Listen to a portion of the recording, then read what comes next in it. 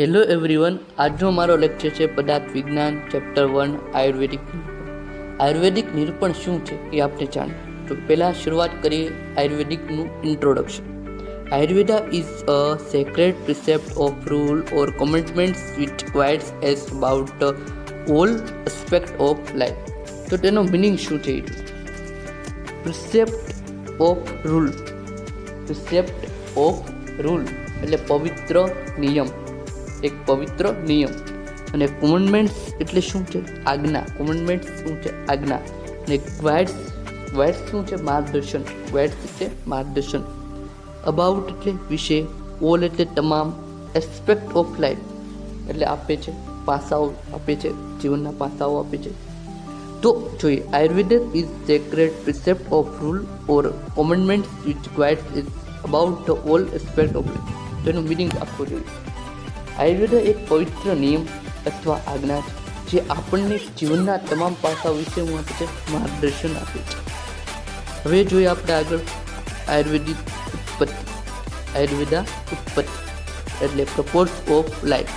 તો જીવનનો હેતુ, જીવનનો હેતુ શું છે? એક શ્લોક આધારે આપણે સમજીએ. તો શ્લોક છે આયુ કામાનેન ધર્માર્થ સુખ સાધનમ આયુર્વેદો ઉપદેશેષુ વિધેય પરમાદર.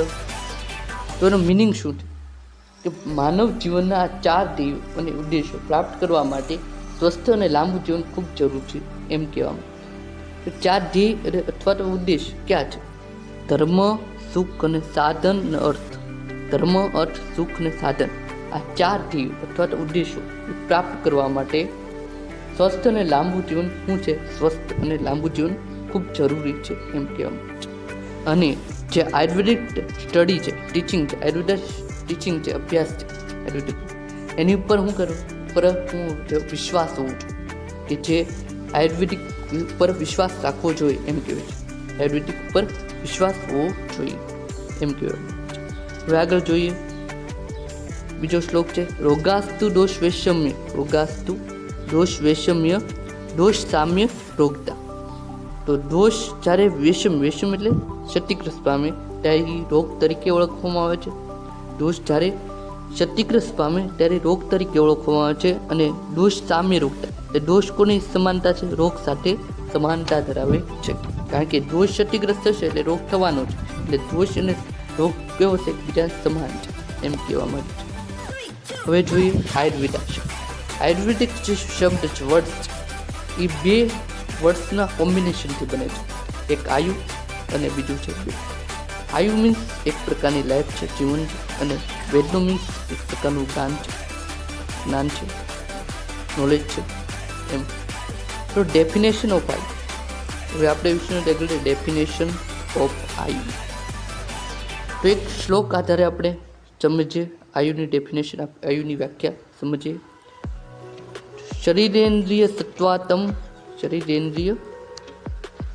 શરીરેન્દ્રિય સત્વાતમ સંયોગોધારી જીવતમ નિત્ય શ્વાનુબંધશો પર્યાયુ.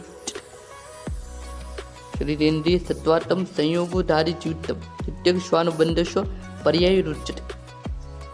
તો સંયોગ એટલે શું? એનું મિનિંગ જોઈએ આપણે. સંયોગ, સંયોગ જે શબ્દ છે, વર્ડ, એનું મિનિંગ. તો સંયોગ એટલે એક પ્રકારનું જોડાણ છે, યુનિયન છે, સંઘ છે. કોનું જોડાણ? આયુમાં કોનું જોડાણ? શરીર, ઇન્દ્રિય, સત્વ અને આત્માનું જોડાણ, તેને શું કહેવાય? આયુ કહેવાય.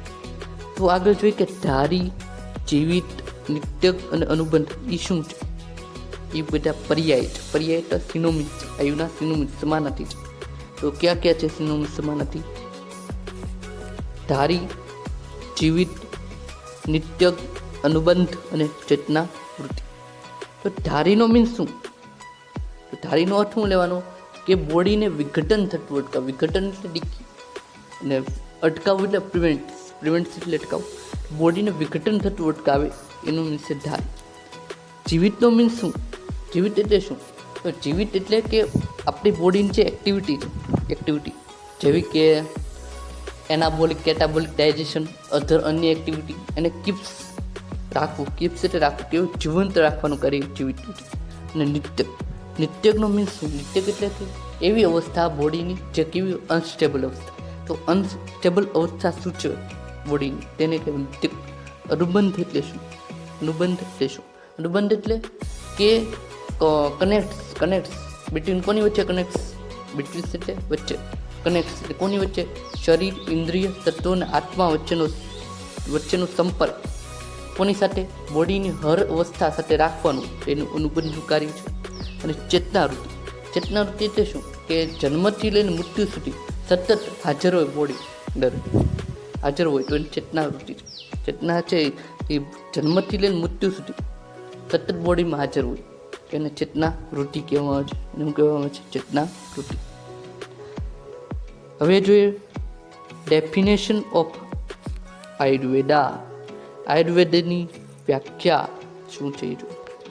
તો જોઈએ એક શ્લોક આધાર સમજે. આયુષો વેદ આયુર્વેદ, આયુષો વેદ આયુર્વેદ.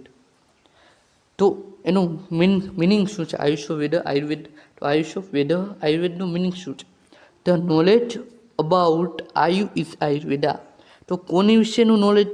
આયુ વિશેનું જ્ઞાન, તેને શું કહેવાય? આયુર્વેદા. તેને શું કહેવાય? આયુર્વેદા. તો આયુષો વેદ આયુર્વેદ. ધ નોલેજ અબાઉટ આયુ ઇઝ આયુર્વેદા. આયુ વિશેનું જે જ્ઞાન છે એને આયુર્વેદનું જે પર્યાય છે આયુર્વેદ શબ્દ એનો સમાનાર્થી શું છે? તો છે શાખા, એટલે હેવી બ્રાન્ચીસ એટલે શાખા. બીજું જોઈએ વિદ્યા એટલે નોલેજ, જ્ઞાન. પછી સૂત્ર, things explained in the form of formula. કોઈ વસ્તુને ફોર્મ્યુલા સ્વરૂપે સમજાવી તો એને કંઈ સૂત્ર. ચોથું છે જ્ઞાન એટલે નોલેજ અને વિદ્યા એટલે નોલેજ, બે સમાન છે. શાસ્ત્રમ એક પ્રકાર સાયન્સ, શાસ્ત્રો એટલે સાયન્સ છે. લક્ષણ વિશે વાત કરીએ. Lakshan explain the feature of good bad લાઈફના, જીવનના સારા અને ખરાબ જે લક્ષણો છે એ લક્ષણ સમજાવે છે. તંત્ર એટલે એક પ્રકારનું ગ્રંથ, તંત્ર એટલે ગ્રંથ જે સિનોમિન્સ વિથ ધ આયુર્વેદ સાથે સમાનાર્થી છે શબ્દ તંત્ર. હવે આયુર્વેદનું લક્ષણ વિશે આયુર્વેદ લક્ષણ.